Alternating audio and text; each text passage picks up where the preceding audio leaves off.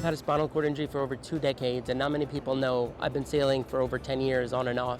Today I'd like to introduce you to one of my favorite pastimes. I'm here at the National Yacht Club at 1 Stadium Road at Able Sail Toronto.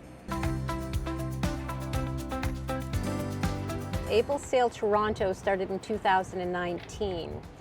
There was a group of sailors, people with disability, that felt that they wanted to start a club that was run by people with disabilities for people with disabilities.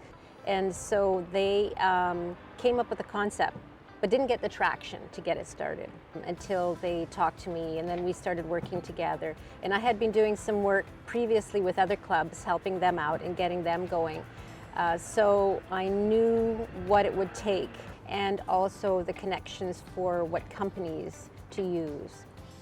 Plus, I've been doing work with the Able Sail Network of Canada with the objective of creating a templated system that could be reproduced so that more clubs could open up across the country. This particular club is the first club that was used to test out that template. If you build it, they will come. Right. If you design it, you have to prove that it can actually work, and this was the proof of that particular design.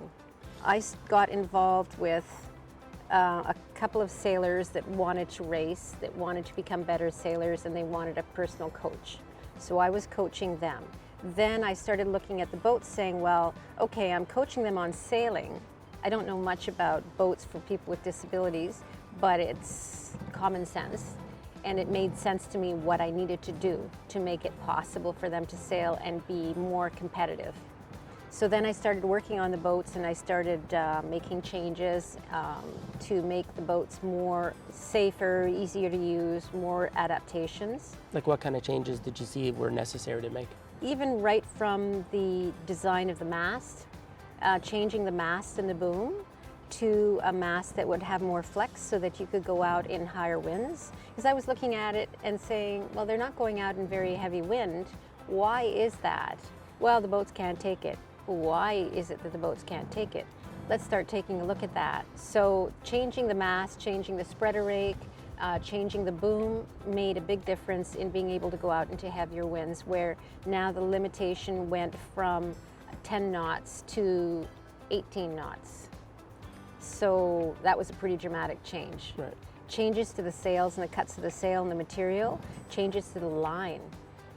Changes to the line to use for the main sheet and the jib. We use something which is called Maffioli. Swift and Maffioli is a line that comes from Italy. It's very expensive. It's very gentle on the hands. So people that have soft skin on their hands can sheet without even noticing it in comparison to somebody on another type of boat.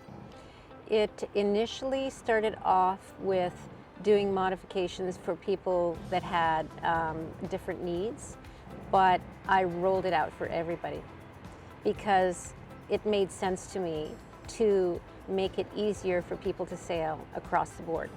So people that don't have strong hand strength and they want to be able to control the sails themselves, they can control the sails by pushing a button, which will enable them to bring the sails in or let the sails out. And the sails control your speed. That is the power that you're getting from Mother Nature to make the boat move. So being able to move the sails and constantly adjust it without the stress of whether my hand can do it or not is a big thing. The further adaptations that we're doing is doing the same setup with the joysticks. We have a prototype right now which has a joystick setup. And then our third adaptation is for elbow control, so that with pushing down on a pressure point, be able to do the same thing, sheet the sails in, sheet the sails out. And then there are some external adaptations like the Hoyer lifts. You have 2 of those. Yeah, so we use a davit and Voyager transfer lift system. So we actually use a battery-powered system that is used in hospitals. It has up and down buttons. It also has a remote if we want to use the remote, so the sailor could do the transfer themselves if they wanted to. And you also have different cushions. We do. You could suit everybody's needs. You got it. And we have different types of seats. So we have Cape seats, and we've got 3 different types. And we're working on a 4th different type now, too. Another interesting adaptation is, if you could talk about it a little bit, the life jackets. Yes. So we really look at every aspect of the whole experience. And one of the things that I'd seen over the years, right across the country, actually in different parts of the world for that matter, because I've been to clubs in different parts of the world, is ratty life jackets. And I just didn't want to have ratty life jackets at all. I wanted to have new life jackets, branded life jackets, and I wanted them to be comfortable. And that was Salis. It was and Salis has quite a long product line. So I went through every single one of the products to find the one that I liked the most. And then I met with the Salis team, and I discussed with them how I wanted to have increased flotation in the front, in the chest part, so that if somebody is not able to tread water, they can't use their legs or they can't move their hands very much, that they will be stable in the water, where they will float if they're in the water. There was a lot of negotiations that went on with the yacht club as to where we were going to put the docks, how we were going to position the docks, the design. In 2023, we changed the platform to be what you see here, which is a lengthwise dock, which is mounted to the main dock. Here, we're attached, we're solid, you don't have to think about it. You just wheel on, and the success was when I was able to stand over there and watch people approach the dock for the first time, and I could see that they didn't even think about it. Right. They just came straight on and started talking to people and having a great time. We had 20 some odd sailors in that first year, which grew to 30 some odd the next year, and this year we are now at 70 sailors.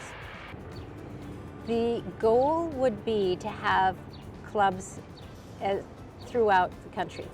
So not just in this yacht club, but say in the eastern part of Toronto, perhaps Whitby, Cobourg, so that people don't have to travel very far to sail. And it also opens the eyes of people to see people with disabilities doing the same sport that they're doing. It makes it a more cohesive world. The warmth that we've received from the members has been fantastic. The feeling for the person with disabilities getting in the sailboat, I think initially there's a little bit of nervousness.